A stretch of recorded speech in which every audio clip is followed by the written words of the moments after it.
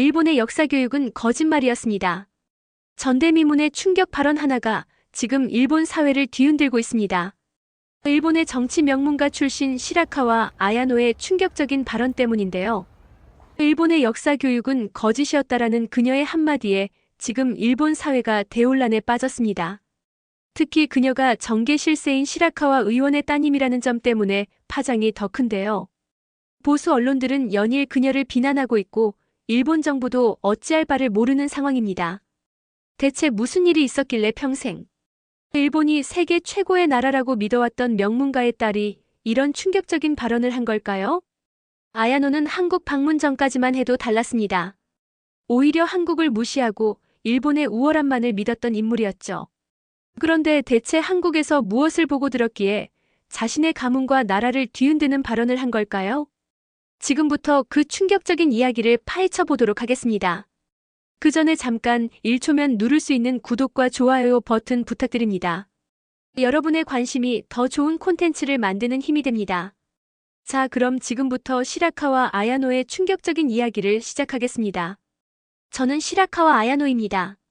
올해 19살, 도쿄대학교 정치학과 1학년생이죠. 제가 태어난 시라카와 가문은 일본의 대표적인 정치 명문가입니다. 조부는 외무성 사무차관을 지내셨고 지금은 아버지가 자민당 국회의원으로 활동하고 계시죠. 어머니는 일본의 전통 예술가로서 다도 시범과 강연을 하고 계십니다. 어릴 때부터 저는 특별했습니다. 매일 아침 등교 전 아버지는 늘 같은 말씀을 하셨어요. 아야노, 넌 시라카와 가문의 자부심이야. 우리 가문이 일본을 이끌어왔고 내가 그 역사를 이어가야 한다. 아버지의 말씀대로 저는 완벽한 삶을 살았습니다. 초등학교부터 고등학교까지 줄곧 전교 1등을 놓치지 않았고 도쿄대학교에도 수석으로 입학했죠. 당연한 일이었습니다. 시라카와 가의 딸이니까요. 특히 역사 시간이면 가슴이 뿌듯했습니다. 일본이 아시아를 근대화시켰다는 이야기, 우리의 기술력이 세계 최고라는 설명을 들을 때마다 자부심이 넘쳤어요. 당연히 한국에 대해서는 편견이 컸습니다.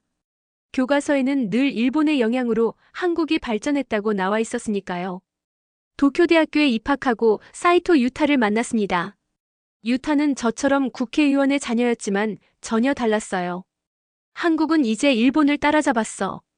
삼성전자는 이미 소니를 넘어섰고 현대자동차는 도요타를 위협하고 있어. 정치학과 수업마다 저와 유타는 논쟁을 벌였습니다. 말도 안 되는 소리 하지 마. 일본은 여전히 압도적이야. 한국이 따라올 수 있는 수준이 아니라고. 제가 이렇게 말하면 유타는 한숨을 쉬며 고개를 저었죠. 수업이 끝나고 도서관에서 혼자 공부할 때면 가끔 제 신념이 흔들리기도 했습니다. 뉴스에서는 연일 한국 기업들의 성과가 보도되었고 SNS에서는 한국 문화를 즐기는 일본 젊은이들이 늘어나고 있었으니까요. 하지만 그런 생각은 금방 지워버렸습니다. 아버지의 말씀이 떠올랐기 때문이죠. 아야노, 넌 시라카와 가의 자존심이야. 저는 절대 흔들리지 않을 거라고 한국 같은 나라에 관심을 가질 필요도 없다고 다짐했습니다. 그러던 어느 날 교수님께서 한국 교류 프로그램 참가자를 모집한다는 공지를 하셨어요. 당연히 거절하려고 했습니다. 한국에 뭐하러 가? 배울 게 있다고 생각하지도 않는데. 그런데 후루카와 교수님이 저를 따로 불러 설득하셨죠. 아야노 학생, 직접 보고 배우는 것이 중요해. 내가 알고 있는 것이 전부가 아닐 수도 있어. 교수님의 말씀에는 왠지 모를 진지함이 담겨 있었습니다. 그래서 마지못해 참가 신청을 했죠. 그때까지만 해도 몰랐습니다. 이 교류 프로그램이 제 인생을 완전히 뒤바꿔 놓을 거라는 걸요.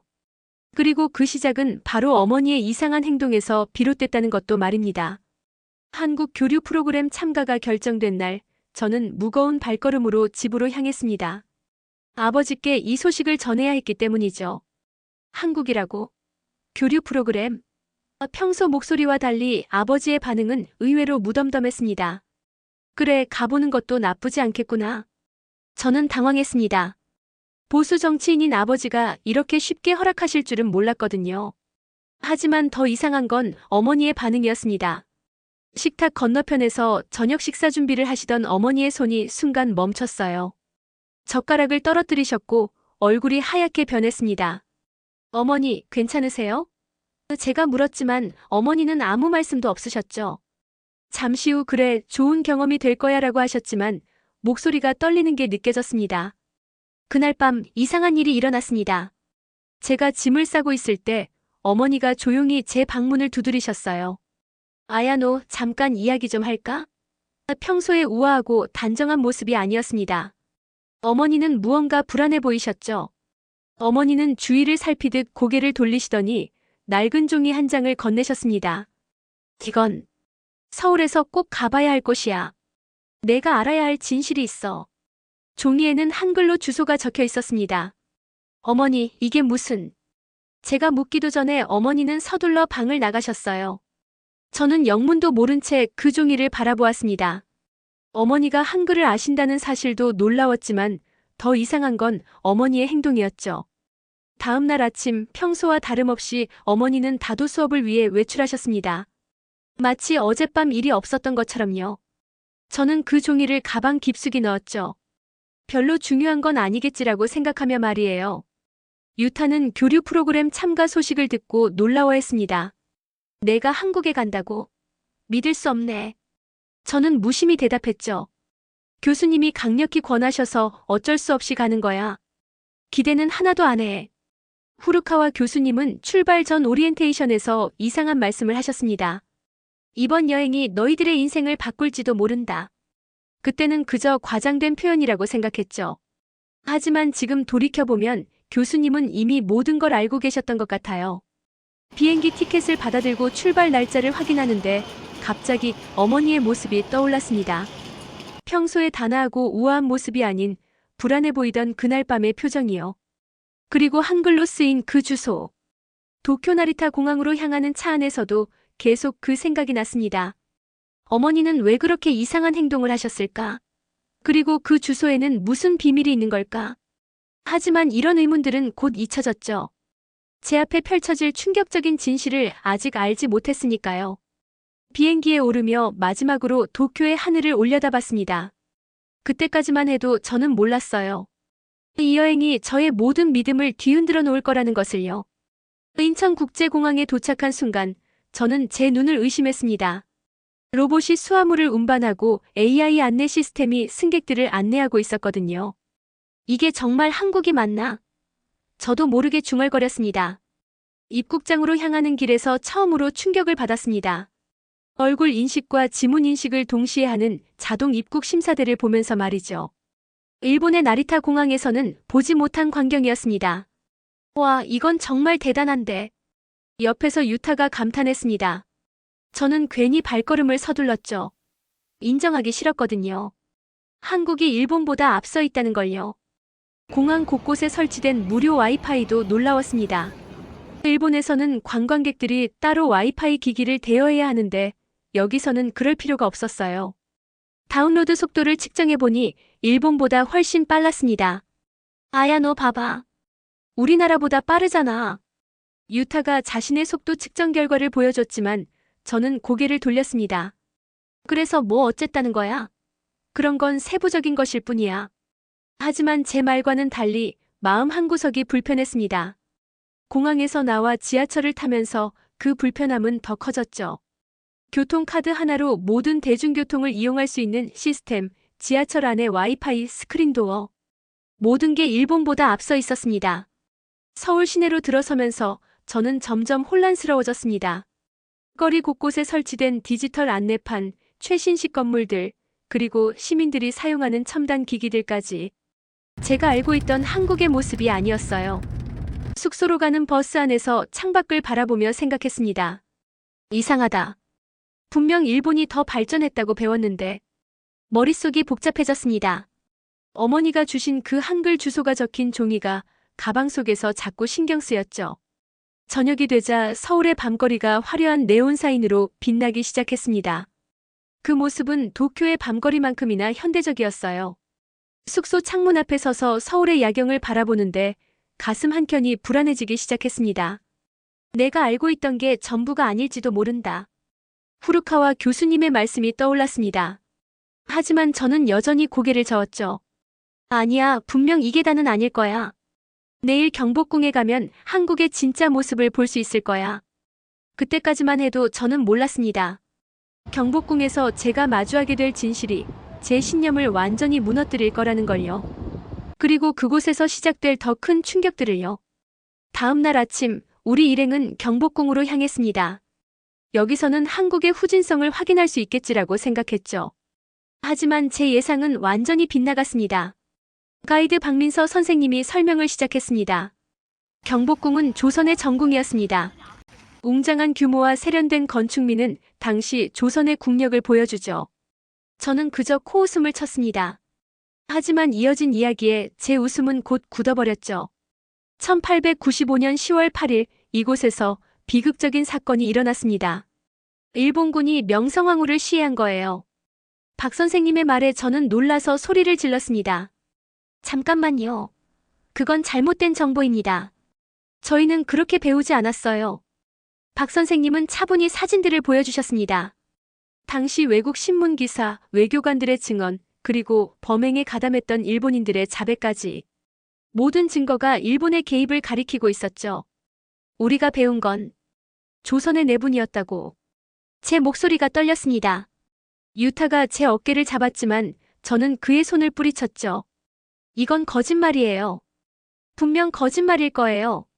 하지만 더 큰 충격은 서대문 형무소였습니다. 독립운동가들이 고문당한 현장, 그들의 피가 묻은 벽, 차가운 쇠창살. 모든 것이 생생했습니다. 이곳에서 수많은 한국인들이 고문을 당했습니다. 그들의 죄는 단 하나, 자신의 나라를 되찾으려 했다는 것뿐이었죠. 박 선생님의 설명이 이어졌습니다. 전시실에는 고문 도구들이 있었습니다. 손톱을 뽑는 도구, 물고문 도구, 전기고문 도구.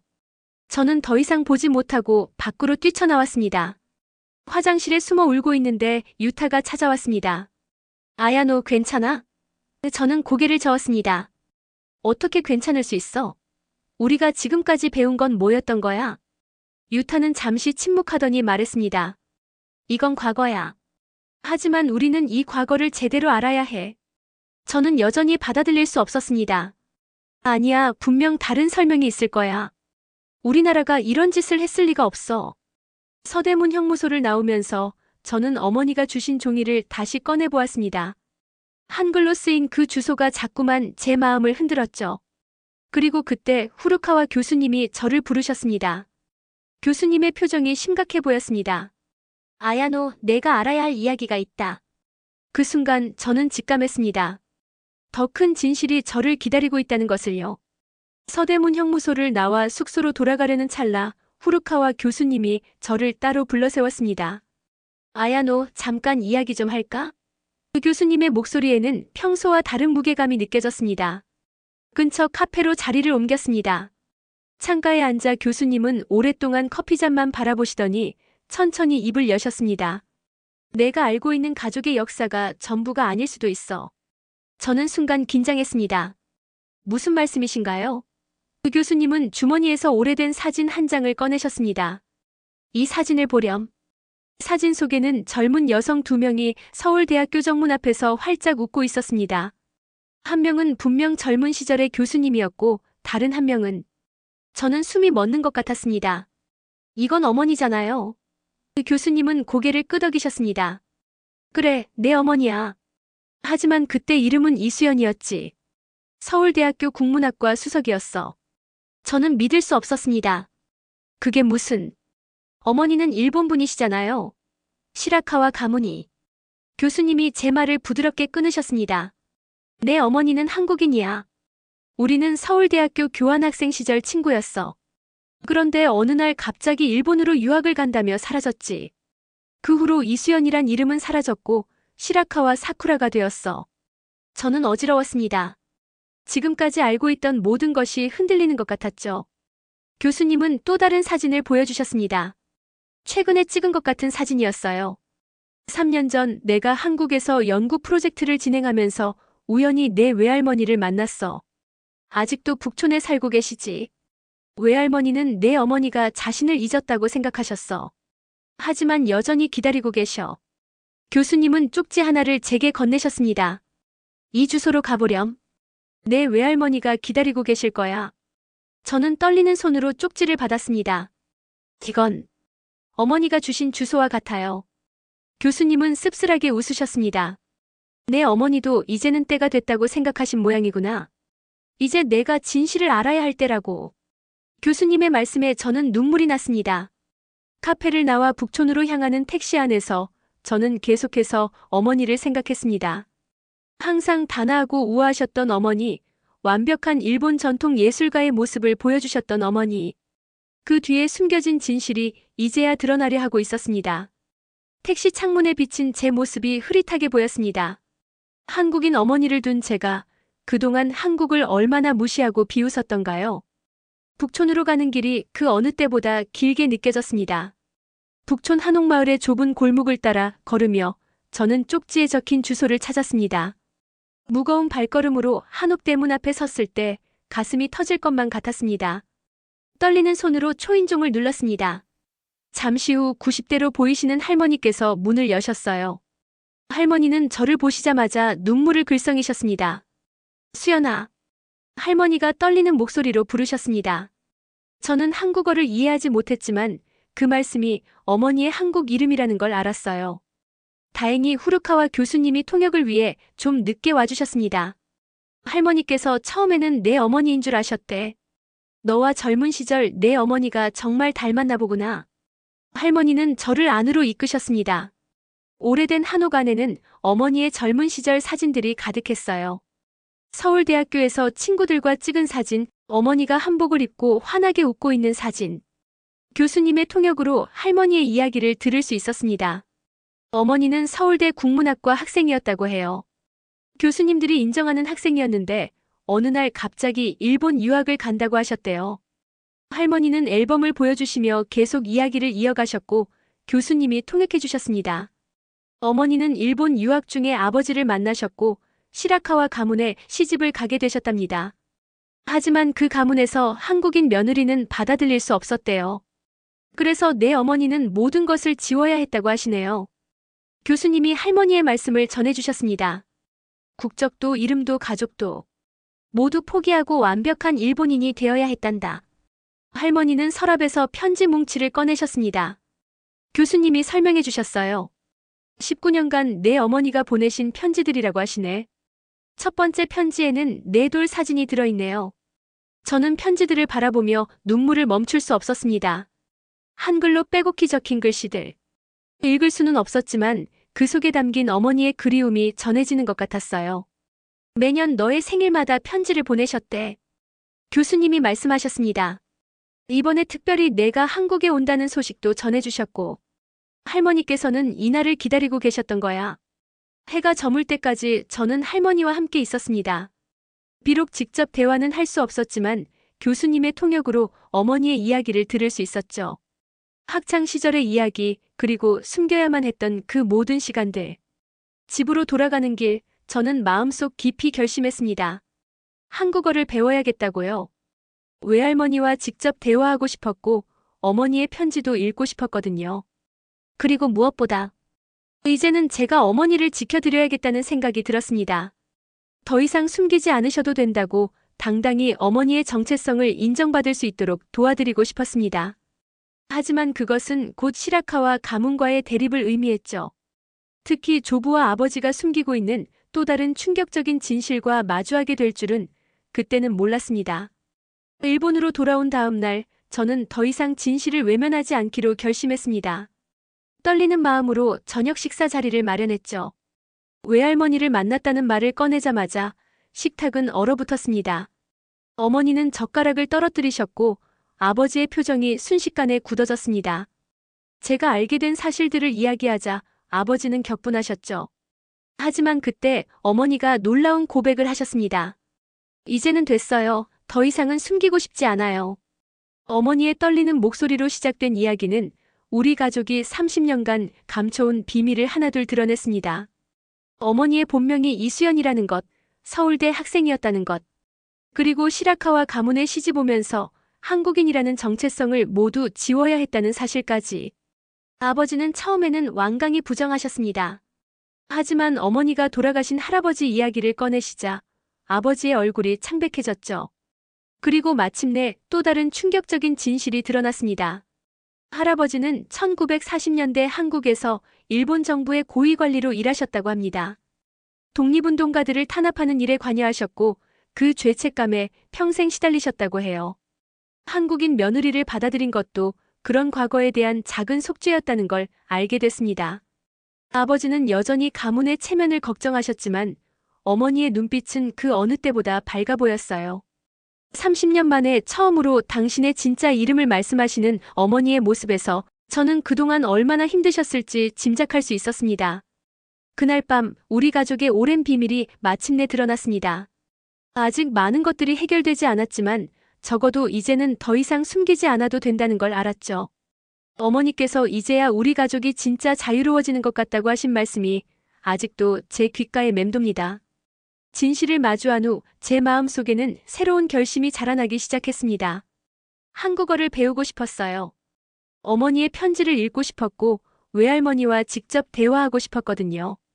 서울대학교 교환학생 프로그램 지원서를 작성하면서 저는 제 인생이 완전히 새로운 방향으로 나아가고 있다는 걸 느꼈습니다. 일본이 최고라는 오만한 생각으로 시작했던 첫 한국 방문이 이제는 제 정체성을 찾아가는 여정이 되어 있었죠. 유타에게 제 결심을 이야기했더니 놀랍게도 그도 함께 지원하겠다고 했습니다. 너의 이야기를 듣고 나도 많이 배웠어. 한일 관계의 진정한 의미를 이해하게 됐거든. 한국어 학원에 등록하고 매일 공부하는 제 모습을 보며 어머니는 조용히 미소 지으셨습니다. 이제는 한글로 된 편지도 조금씩 읽을 수 있게 됐고 외할머니와도 짧은 대화를 나눌 수 있게 됐죠. 정치학과 수업에서도 변화가 있었습니다. 예전처럼 무조건 일본의 입장만 고집하지 않고 양국의 관계를 객관적으로 바라보려 노력했어요. 교수님들도 제 변화를 긍정적으로 평가해 주셨습니다.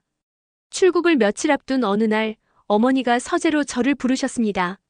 내가 이렇게 자라줘서 정말 고맙구나. 어머니의 눈시울이 붉어졌어요. 이제야 우리 가족이 진짜 자유로워지는 것 같아.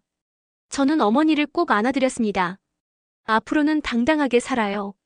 어머니가 한국인이라는 걸 더 이상 부끄러워하지 마세요. 어머니는 제 등을 토닥이며 고개를 끄덕이셨죠. 비행기에 오르면서 창밖을 바라봤습니다. 도쿄의 하늘이 이렇게 맑아 보인 적이 있었나 싶었어요. 이제 저는 압니다. 진정한 자부심은 다른 나라를 무시하는 데서 오는 게 아니라 서로를 이해하고 존중하는 데서 온다는 걸요. 한 달 전만 해도 저는 일본이 최고라는 믿음에 사로잡혀 있었습니다. 하지만 이제는 다릅니다. 한일 양국을 잇는 다리가 되어 할아버지의 과거도 어머니의 아픔도 모두 치유할 수 있는 미래를 만들고 싶습니다. 이제 제 앞에는 새로운 길이 펼쳐져 있습니다. 그리고 저는 알고 있습니다. 이 길이 결코 쉽지는 않겠지만 분명 옳은 선택이라는 걸요. 오늘 사연은 여기까지입니다. 가깝지만 먼 나라 일본. 한 가정에 얽힌 일본과 한국의 가슴 아픈 과거사가 있는 사연이었습니다. 이 이야기가 마음에 닿으셨다면 여러분의 생각, 느낌을 아래 댓글에 남겨 공유해주세요. 그리고 구독과 좋아요는 좋은 영상을 만드는데 아주 큰 힘이 됩니다. 끝까지 시청해주셔서 감사합니다.